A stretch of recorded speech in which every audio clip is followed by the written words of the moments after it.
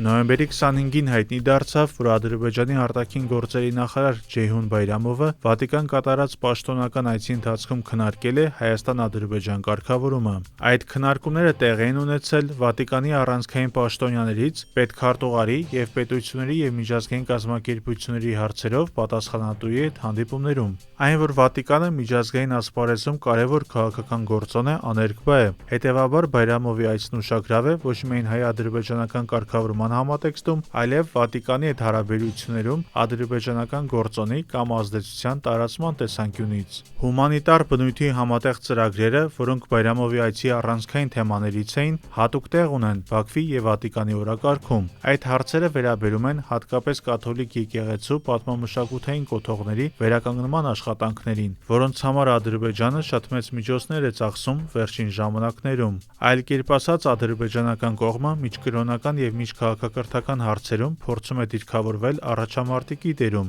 եւ դա շահարկել միջազգային ասպարեզում։ Ադրբեջանը լծված է Սուրբ Աթոռի հուշարձանների վերականգնման աշխատանքներին ամենաբարձր մակարդակով, իդեմս երկրի առաջին տիկին եւ առաջին փոխնախագահ Մեհրիբան Ալիևայի, որն էլ այդ գործունեությունը ծավալում է Հեյդար Ալիևի հիմնադրամի միջոցով։ Այս հիմնադրամի միջոցով է տեղի ունենում Սուրբ Պողոս բազիլիկի արտաքին պատերի վերականգնումը, որը մեծությամբ Վատիկանի երկրորդ խոշոր եկեղեցին է եւ ներառված է ՅՈՒՆԵՍԿՕ-ի ցանկում, ինչպես նաեւ քրիստոնեական բացառիկ արժեք ներկայացնող Սուրբ Կոմոդիլիայի կատակոմբների ռեստավրացիոն աշխատանքները։ Այդ բոլոր հարցերը տեղ են գտել նաեւ նախորդ ամիս Մեհրիբան Ալիևայի Վատիկան կատարած պաշտոնական այցի շրջանակում, որի ժամանակ նա հանդիպել էր նաեւ Հռոմի Պապ Լեո 14-ին։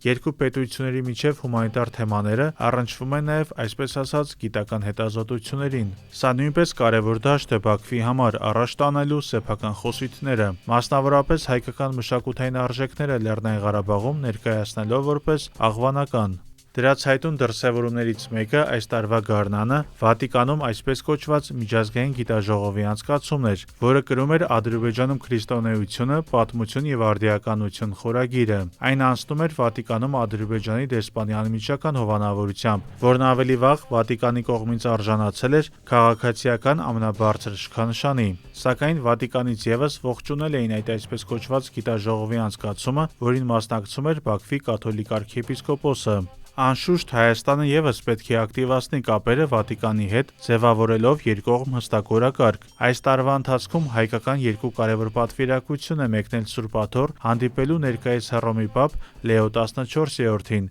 առաջինը սեպտեմբերին կաթողիկոս Գարեգին II-ի, մյուսն էլ հոկտեմբերին Հայաստանի վարչապետ Նիկոլ Փաշինյանի գլխավորությամբ։